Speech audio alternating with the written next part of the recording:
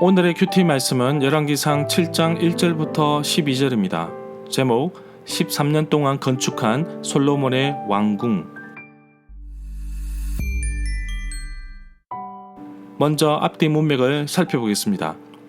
솔로몬이 즉위 4년째 되는 해에 출애굽한 지 40년 되는 해에 성전을 짓기 시작합니다. 성전 건축이 완공되기까지 7년이라는 시간이 걸렸습니다.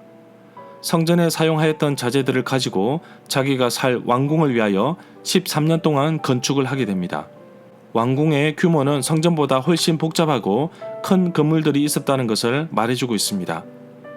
즉위 24년에 모든 공사가 끝났는데 어쩌면 솔로몬은 자신의 통치 기간의 절반 이상을 건축하는 데 시간을 보냈습니다. 그러나 그에게는 하나님께서 주신 지혜와 부와 명예로 인해 물질적인 부족함은 없었습니다. 성전과 왕궁의 규모를 설명하기 위하여 규빗이라는 단위를 사용하였습니다. 팔꿈치에서 가운데 손가락 끝까지 길이를 말하는데 보통 45에서 52cm로 보고 있습니다. 편의상 50cm로 보고 계산하기도 합니다. 문단을 나눠보겠습니다. 1절부터 8절은 솔로몬의 살 왕궁, 9절부터 12절은 최고급 돌을 사용한 왕궁. 1절에 보면 솔로몬 왕은 자기가 살 왕궁도 짓기 시작하였습니다. 왕궁을 짓는데 모두 13년이라는 시간이 걸렸습니다. 여기에는 솔로몬이 자기 아내 애굽 왕 바로의 딸을 위해 별도의 궁궐도 지어야만 했습니다.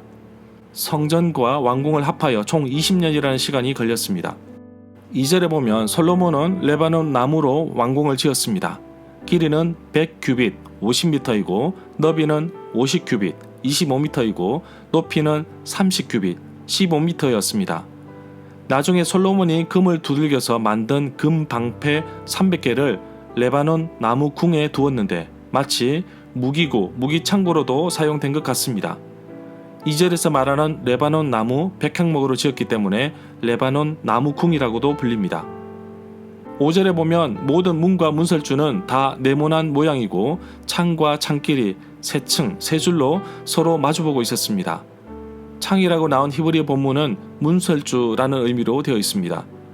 7절에 보면 또 솔로몬은 심판을 하기 위해 건물을 짓습니다. 곧 재판하는 주랑인데 마루에는 모두 100항목으로 깔았습니다. 고대 번역에는 재판하는 주랑의 마루, 바닥을 석가래라고 보기도 합니다. 8절에 보면 솔로몬은 애굽 왕 바로와 더불어 혼인관계를 맺었고 그 딸을 아내로 맞아 데려왔으나 성전과 왕궁이 공사가 끝날 때까지 다윗성에 머물게 하였습니다. 솔로몬이 자신의 아내 바로의 딸을 위해 집을 지어준 것은 정치적인 외교를 통해 자신의 권력과 위엄을 보여주고 있습니다. 따로 집을 지어준 이유는 이방인이기 때문에 여호와의 언약궤가 있는 다윗 왕궁에는 살지 못하기 때문입니다. 9절에 보면 성전 건축에는 채석장에서 미리 치수대로 돌을 떠서 가져와 건축 현장에서는 철 연장 소리가 나지 않았습니다. 제단의 경우에도 정으로 쪼거나 망치로 다듬는 것은 부정한 것으로 보았습니다. 그러나 왕궁은 사람들이 사는 건물이기에 톱으로 자를 만큼 정교하게 지어졌습니다. 10절에 보면 건물의 기초가 되는 큰 돌은 값진 귀한 돌이었습니다. 어떤 돌은 길이가 10규빗 5m가 되었고 어떤 돌은 8규빗 4m나 되었습니다. 일반적으로 길이가 5m 되는 돌도 구하기 어려운데 값진 돌 5m라면 솔로몬의 왕궁도 상당한 큰 비용과 수고가 들어간 건물로 볼 수 있습니다.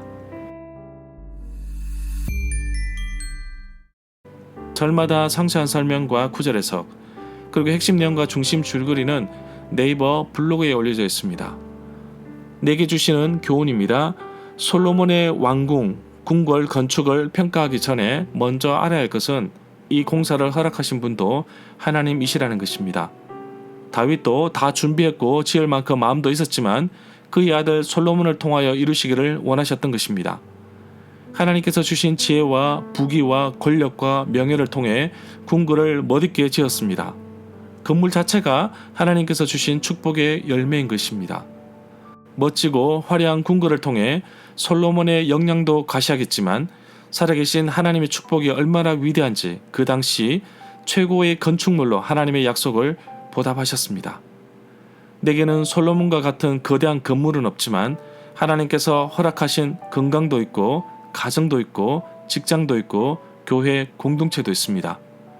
솔로몬의 궁궐과 비교조차 되지 않지만 내 자신이 하나님을 기쁘시게 하며 살 수 있는 작은 거처만으로도 만족합니다. 화려한 궁전보다는 초라한 내 집에서 하나님을 마음껏 찬양하고 하나님의 살아계심을 나타내며 주신 축복에 감사한 이곳이 어쩌면 솔로몬의 궁궐보다 더 화려한 곳이 아닐까요? 좋은 집으로 이사하는 것도 꿈이지만 지금 있는 이곳에서도 하나님을 찬양하며 하나님을 영화롭게 할 수 있는 장소로 꿈꾸며 사는 것도 행복의 씨앗을 심는 기분이라는 것을 잊지 않고 감사하며 살아가는 하루가 되기를 간절히 소망합니다.